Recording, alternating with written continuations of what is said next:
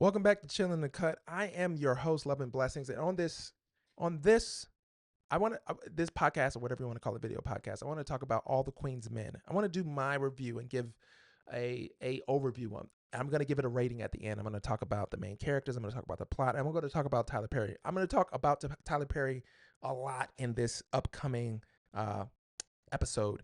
Now, I'm not sure if you've watching this, you probably heard of the show or you've watched a little bit of the show. And I thought it was very interesting. I was scrolling through Prime Video and I saw it and I said, "Hey, let me give this a shot. Let me take a look at this." And so I won't say I was pleasantly surprised. I was surprised on just what it all entailed, what it all entailed. So if you're not familiar with it already, Eva Marcille, I'm probably pronouncing her name wrong, but I went back and I listened to a Breakfast Club interview with her. Phenomenal woman. She won the American Next Top Model season 1 or 2, and then she's been on Real Housewives of Atlanta season 10, 11, and 12, and then she left after season 12. So she is the hands down lead of this. When I say lead, she's not just the lead actress. She is the whole shebang. Everything revolves around her. She's carrying the team. Okay, as they say, I'm carrying the team, as my daughter would say. She's carrying the team. Let me give you a bit of a preview of this, if I can, on the trailer for this little thing here. It's game time.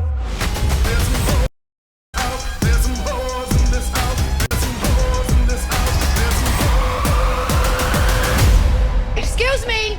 There are no photos allowed. Y'all bitches crazy. What is your name? Keisha, my nose is bleeding. Keisha. All right, fella.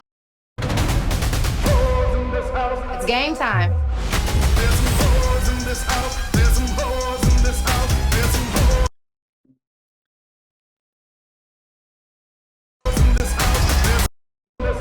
All right, fellas. It's game time.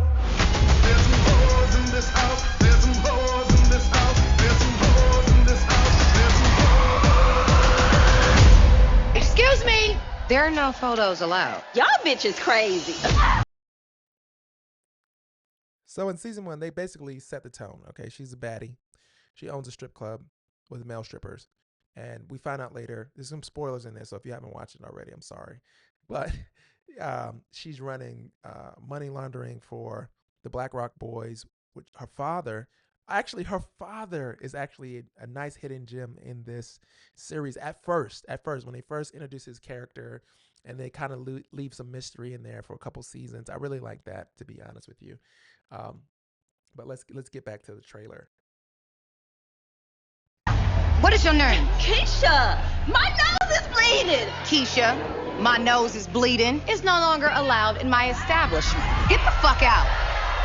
So Eva Marcille is, if you don't remember her, she won America's Next Top Model. I think it's season 1 and season 2, and she tells her story about how she wasn't a model or anything like that. She was going to Clark University down in Atlanta, and then she missed the original call. Like they did I don't know, some type of thing in Atlanta. She missed it. Then the people who made it in Atlanta, they were supposed to do a follow-up in Memphis, and she went there, and then she pretended like, oh, I made it through the first round. And she wasn't malicious about it. It was an honest mistake. But anyway, she ended up getting on the final show and everything like that, and she went on and won. I think that she's a phenomenal character. I'd like to continue to watch her growth. She actually played in another Lifetime movie. Can't think of the name of it, but the main character got buried alive. And I listened to her talk about that. So this show she carries the water. She's like the Allen Iverson of this show.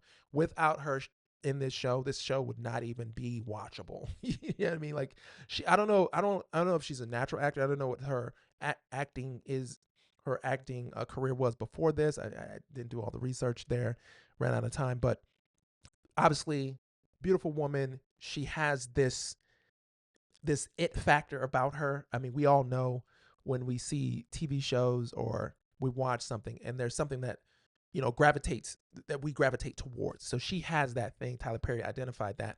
This show was written by Christian Keys. Christian Keys is a character in the show. So he's a writer, executive producer, and he's an actor in the show. And then Tyler Perry's he's the second executive producer. So season 2 on, I believe Tyler Perry is the one basically progressing the storyline from the book that Christian Keys wrote.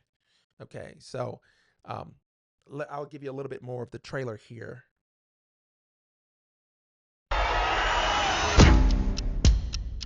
From the Tyler Perry studio. 60 days in a halfway house and you're free.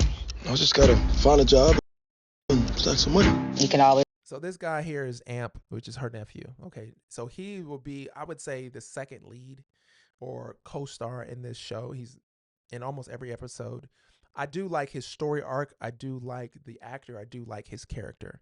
At the very beginning, I could tell throughout the season. I am to season 3. I see progression with his character. Even in season 3, he actually looks like he hit the gym a little bit more. I don't know if they did that on purpose, but I love that. I love that they show him as not necessarily a spy. He got out of prison, and then there's some spoilers here. And then he was a bodyguard, and he's like, well, let me try doing the stripping thing because he can make more money. But he's very shy. He's on parole, so he can't smoke or drink and all this stuff like that. But that's about the end of my positive when it comes down to this show. Let's go back to the trailer. Always work the door at the club. If you're gonna be in this business, you're gonna have to be smart. This business is cutthroat. So that lady who said this business is cutthroat, that's Blue. That's her head of security. This is my money. This is my life. The kind of money we make, you are mine. My daddy was a gangster. The shit that I've done, the shit that I have seen. If I have to come back here, I swear I'm gonna kill everything breathing. She does a great job. The storyline, I think, is a little light. I think it's a little light because she doesn't show any growth of range, right? And I'm not a movie producer, and let me just say, I am conflicted by making this content because I do not want to come out and bash Black creators' content or anything like that. Because in this, what's going on in the climate now in 2025, we're getting railroaded from the top to bottom. There's going to be no police reform. There's going to be no reparations. It's about to be a white boy summer. You get what I'm saying? Like, literally, if you look around what's going on, people who were Derek Chauvin, I don't know if y'all heard, but he's potentially as of right now, I'm recording this, they haven't announced that he's going to get pardoned, but there's rumor that he's going to get pardoned. So I'm saying that I'm conscious of it. The content that I'm putting out there, the last thing we need is a black on black criticism. Okay. But this is something that I've held as a personal belief for a very long time. Pretty much since I've been in my early 20s, late teens. I was like, I don't like BET because I feel like BET doesn't have any good positive content for the Black culture. We have enough of the same thing, enough of the drug, violence, pimping, Black men ain't nothing, you know what I'm saying? All that kind of stuff. I'm like, where is the positive stuff? But I can't bring all of that to Tyler Perry and say, okay, we're going to put the whole Black creator content space onto Tyler Perry's shoulders. Okay, this goes to everybody. But I have to admit that when I talk to other people about Tyler Perry, all of my friends and all the people that I know, we all share the same consensus, and we disagree on certain things, but this is one thing that we all agree on: is Tyler Perry's content is kind of sad. You already know what you're gonna get. You're gonna get a lot of raunchiness. It's gonna be heavy on the Black man not being crap. You know what I mean? And I could have missed some things. He had this song. He had that one movie a long time ago with Idris Elba. Can't think of the name of it. But that, it's been a while since he's done a movie like that. And when I see something like this, I don't want to pile on because every project that you do doesn't have to meet every, it doesn't have to check all the boxes. This may just be a movie or a TV show that is made for a certain demographic. So my question is, what's the demographic for this particular show? more importantly, what is the demographic for Tyler Perry content as a whole? If you're a big Tyler Perry fan, when we think about producers and writers and stuff like that, and we think about, the, I don't know, I guess Scorsese, or maybe Cameron, or I don't know, Spielberg or something like that. They have a George Lucas. They have their thing that they specialize in. What's that guy's name? Stephen King, right? Tyler Perry has carved out a space where he just does a certain type of content, and I'm wondering why. I'm wondering, why does it always have to be these things? So I'm not happy about that. Maybe we just need to introduce another player to the conversation. When we think about the best writers and producers in Black content space on the highest level, so Ryan Coogler, Sinners just came out. He's up there. You got Kenya Burris. He did Blackish, right? You have some other people out there. Sorry if I'm missing their names, but they make other type of content. And I long for the days of the content that we used to have, the Living Singles, even the Martins, the even the Cosby Show, right? The Cosby, Blackish. Blackish is like a modern day Cosby, so to speak, in my opinion. But Tyler Perry seems to be missing something that I wish that he had. Now, I also went and I subscribed to BET Plus. I encourage everybody to subscribe to BET Plus because, again, like I said before, what we're going through in this country is a repudiation of Black culture. What I think that people are trying to say that they're cool with us, but they don't. They're cool with us, but they don't really rock with us. You know what I'm saying? And we got to stand behind each other through thick and thin. So even though I'm criticizing Tyler Perry, I'm still rocking with Tyler Perry. I actually went today and subscribed. I got my BET Plus subscription today because I want to do more content on all the stuff, whether it's a TV series or a movie on BET Plus, because I'm here to support. So there's one thing that I do not like is when people do a lot of complaining, but then they don't want to be a part of it. They don't want to be engaged. They just want to sit on the sidelines and talk a bunch of crap. I'm also doing some writing myself on some things. I have a lot of concepts of things that I think will be. I'm a veteran. I feel like there should be more veteran content. As many Black folks that are in. If there's anybody from Tyler Perry Studios, and I'm not speaking to them directly, but maybe one day, maybe I get lucky enough to be popular and somebody actually sees my content. I'm a veteran. I'm like that Black veteran content. I have a ton of ideas for that. I feel like that is an untapped market. There's a lot of Black veterans that are out there that stories should be told, and we can tell it in our way. You know what I'm saying? But anyway, I'm digressing away from the point.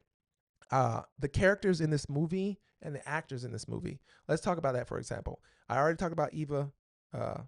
She was America's Next Top Model. Phenomenal actress. I would say that she's probably better than Lisa Ray. She's in the range of Vivica Fox and ascending, in my personal opinion.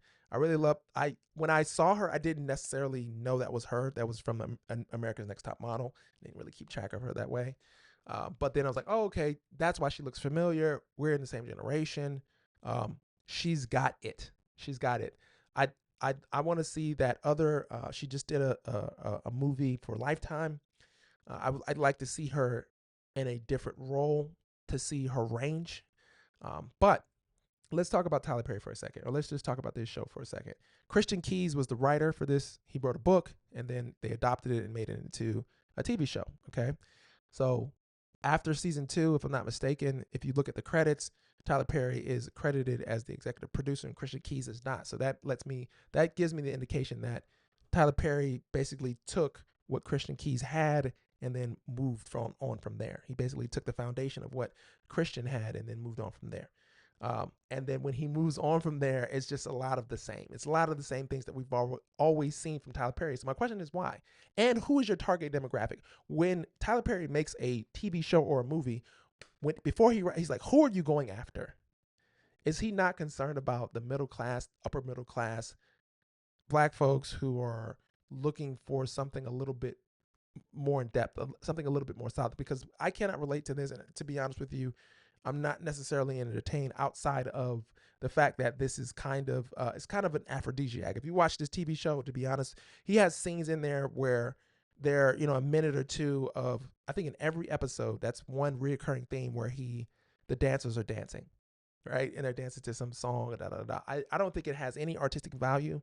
Even most of the times when people put those scenes into a show, It's to add value, to bring a feeling, to get the audience to feel something, and then there's a clever misdirection, like a plot twist or something like that. But this is, it's like, okay, when you watch an episode, every episode that I've watched is going to start off, they'll do the recap, and then they'll, okay, this is where we're going, and then they're going to do like a dance scene. The dance scene has nothing to do with the TV show. And I'm like, can we skip this one time? And it has nothing to do with me not wanting to see male strippers. It just has everything to do with the fact that I just don't understand what this has to do with the actual storyline that's going in place. Okay. Number two, the dialogue. If I'm not a big movie buff, but I'm getting there. If you look at great example would be Quentin Tarantino. He's known for his dialogue scenes. You can go all the way back to Reservoir Dogs and Pulp Fiction. The dialogue scenes in this particular show is pathetic. And the reason I think they're pathetic is because it seems like there's no room for impromptu. Okay, and I'll give you an example. What they do is they'll do, character A will make a statement. Character B will just say, what did you just say? Or what do you mean? Da da da da. And then character A just repeats it. And this goes back and forth like tennis. And it doesn't progress the storyline. It's annoying. Every character, there's a character named Fuego. He's a Hispanic guy that works in the club. When he goes through whatever he's going through, he's like, hey man, you good? Yeah, man, I'm good.